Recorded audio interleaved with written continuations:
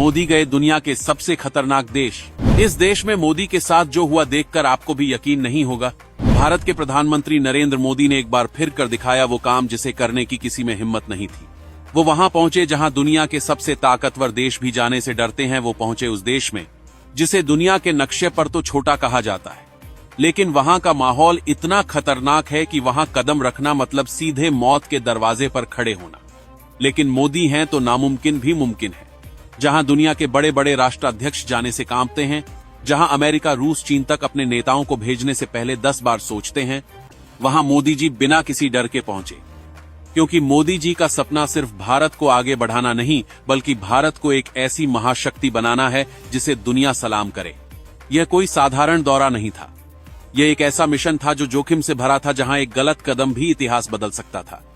लेकिन मोदी जी जब ठान लेते हैं तो फिर कोई भी दीवार, कोई भी खतरा उन्हें रोक नहीं सकता। अब आप सोच रहे होंगे आखिर ये देश कौन है, किस देश को दुनिया इतना खतरनाक मानती है? तो सुनिए, ये देश है ब्रुनेई। एक छोटा सा देश, लेकिन दुनिया के सबसे अमीर देशों में से एक। यहाँ के सुल्तान हसनल बोलकिया दुनिया के सबसे अमीर शासकों में गिने जाते हैं। उनके पास दौलत के अंबार हैं, 5000 से भी ज्यादा लग्जरी कारें, जिनमें रोल्स रॉयस, बुगाती, फरारी, मर्सिडीज जैसी कारें तो उनके गैरेज में यूं खड़ी हैं जैसे आपके घर में खिलौने पड़े हों।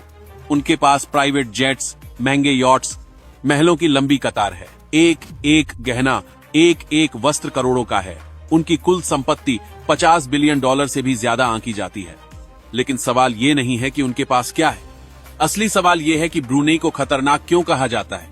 दरअसल ब्रुनेई एक ऐसा देश है जहां पर कानून का सिस्टम दुनिया से बिल्कुल अलग है। यहाँ का शरिया कानून इतना सख्त है कि जरा सी गलती का मतलब सीधा मौत।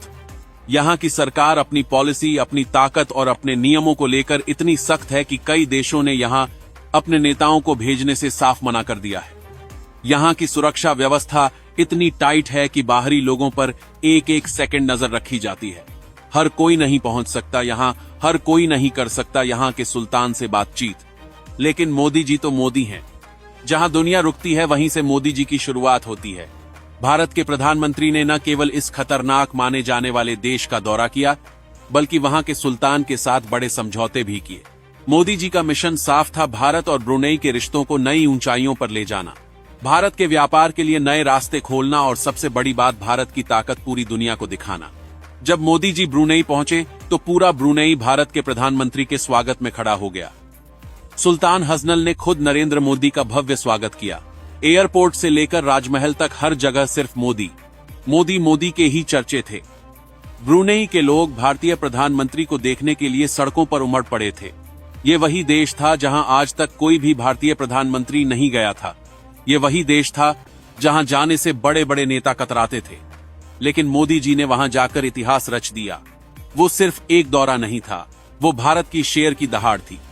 मोदी जी ने सुल्तान के साथ बातचीत में भारत के लिए कई नए व्यापारिक दरवाजे खोले, तेल और गैस से जुड़े बड़े बड़े प्रोजेक्ट्स की शुरुआत की, भारतीय कंपनियों के लिए ब्रुनेई में निवेश के नए मौके तैयार किए। और सबसे बड़ी बात, मोदी जी ने सुल्तान को यह साफ कर दिया कि अब भारत कोई छोटा देश नहीं है, भारत अब एक ग्लोबल लीडर है।